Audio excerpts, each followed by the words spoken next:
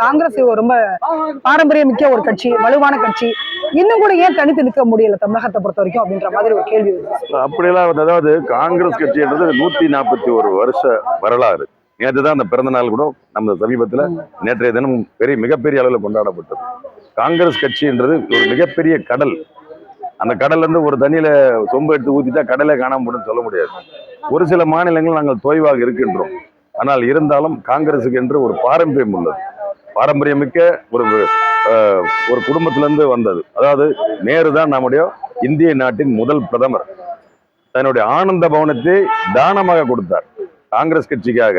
அப்போது அதனுடைய மதிப்பு ஏறத்தாழ 2000 கோடி. அப்போதையே அதனுடைய மதிப்பு 2000 கோடியை தன்னுடைய சொந்த வீட்டை காங்கிரஸ் கட்சி நாட்டுக்காக அர்ப்பணித்தது.